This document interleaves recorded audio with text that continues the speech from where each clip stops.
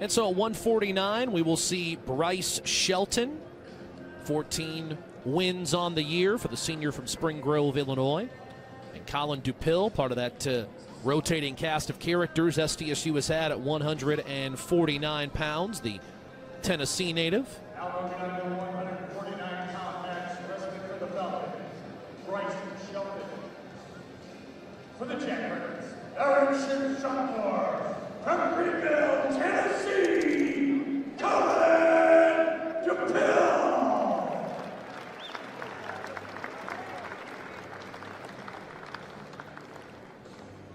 So Dupill won 4 state titles in 3 different classes, 2 of them in Virginia, 2 of them in Tennessee. A son of a military man, moved around a lot, so he, of course, knows firsthand what those from the Air Force Academy bring to the table. Nothing but good things coming from his teammates and his coaches about his work ethic and desire to be successful. And Shelton from Spring Grove, Illinois. That is a Northwest Chicago exurb. Marion Central High School graduate.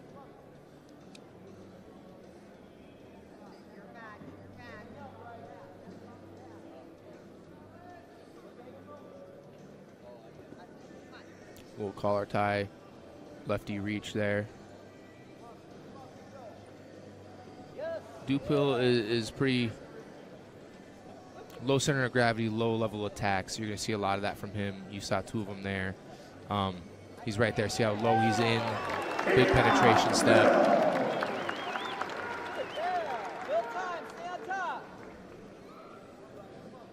I can't say I've seen Dupill do a lot of riding, right? So you're seeing it right now. I think he's extremely comfortable on his feet. And again, the pace of the match, right? Like, wrestle where you're confident. Try and get that mojo going. Try and get that momentum going. Don't try to be somebody else. Be the best version of yourself. Correct. You wanna wrestle tough positions and win them. If you got to ride a guy out, you do it. But if you're this early in the match, just get your momentum going. He goes 360 off of the 2-on-1. And again, that's the confidence I'm talking about. You want to be out there wrestling and letting it fly. Another low-level attack.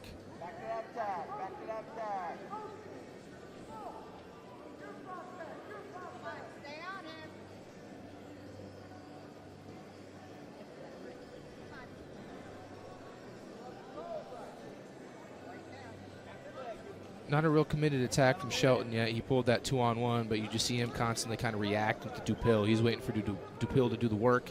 I don't know if that's because he likes having a guy in on his leg or if he's just kind of filling out the match. But I wouldn't be surprised if the ref gets involved soon. I mean, about the level of pace and push that we got from Dupill. It's interesting. We've seen a lot of activity, but not a lot of shots. Correct.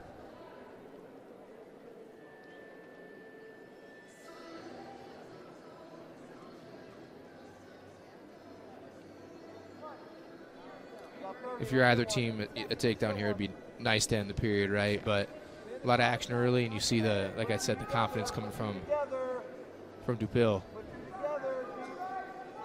Well, if Air Force is to make a run at this duel tonight, it needs to get some wins in these lower weight classes.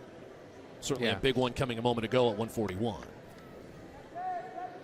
This is kind of their bread and butter, right? This is where they've got a chance. It gets a little bit harder as you go up the lineup for SDSU. Looking for danger, not enough time. There's only 2 seconds on the clock.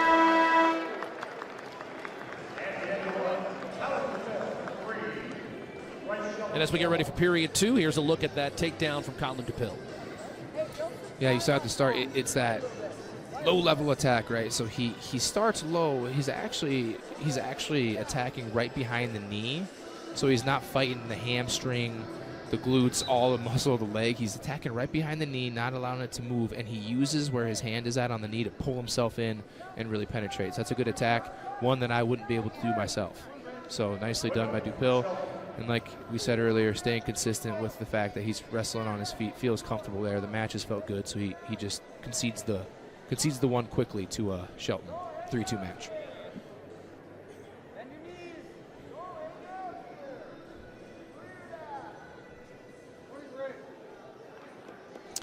Like I was mentioning earlier later in the last period, it's good to see that from a ref. I think he's kind of keeping the shot clock, keeping the shot tally. What's the number at? We got 9 shots and 2 shots. What's the commitment to the shot look like? And yeah, I would say the same thing if it was the other way. If it was Air Force putting 9 shots out there, that's something that I think has been forgotten about with the boundary stalling call that's been introduced and the drop down stalling call of the 5 count and then there's a stall. Is people forget about traditional stalling of who's doing the work, where's the action at in the middle of the mat, which is what people want to see. It's the point of the call. And you see another attack there, a little elbow pass, slide off, tries to attack the far leg.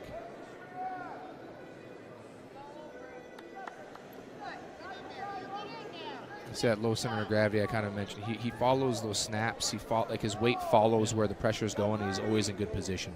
This is fascinating to watch this process between these two. You don't always see this. Mm-hmm. Yeah, it's a uniqueness of wrestling, right? Is not everyone's the same, not a single one. And it's yeah. I think Dupill is very even at 141 for the guys that Jax can put out there. He's very different than each one of his teammates. So. He likes to be offensive, he likes to score points, and he likes to be from his attacks. It's not very often you get through 2 periods at 149 and you haven't really explored the mat. I mean, everything's really been in the center third.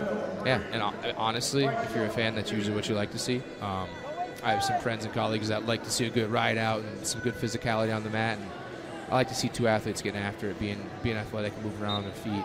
Remember that stall call that Shelton has, so he's going to have to look to return, no drop-down position. See if he's aware of the stall. Good return there. A ride out of the period would give him riding time and bring this to overtime. How about that from Dupill, but he couldn't quite get clear. Shelton goes drop down to the leg, big lift. Before he can get him off the mat, Dupill went a quick somersault type roll, not able to clear his hips. And sometimes that's what you feel and you want to do it, but sometimes it's actually detrimental to you getting out because you actually just took all your momentum into the mat instead of up and away from the guy, right? So, tough ride so far by Shelton, and you're looking at 40 seconds from him having a riding time point, solidifying overtime with no other points scored. Match 4 tonight. Yeah, so 2 things. You're looking at Air Force has been pretty good in this top position in back-to-back weight classes, and you're also looking at 2 young guys in the Jackrabbits where I'm going to continue to say it on my side that it's hard to wrestle on bottom. Right there, he follows the lift and return, and instead of the previous roll you saw where he rolled over both of his shoulders in a somersault, right there he lets his shoulder hit one shoulder, rolls across his neck. For those familiar to wrestling, it's a little Granby roll, and it's a great way to sequence your wrestling and keep going. Shelton now picking his pace up, 2 back-to-back sweep single attempts.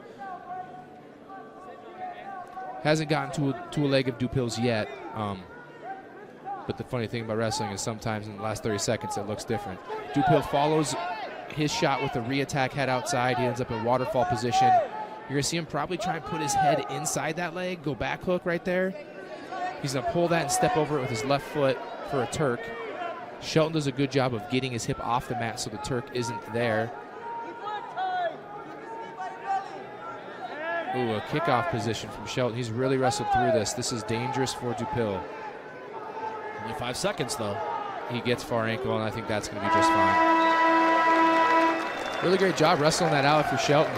A lot of guys concede that position, get Turk, give up the match, but he makes it interesting till the last second. Dupill hanging on to the very end for that win via decision to put the Jacks up 10-5.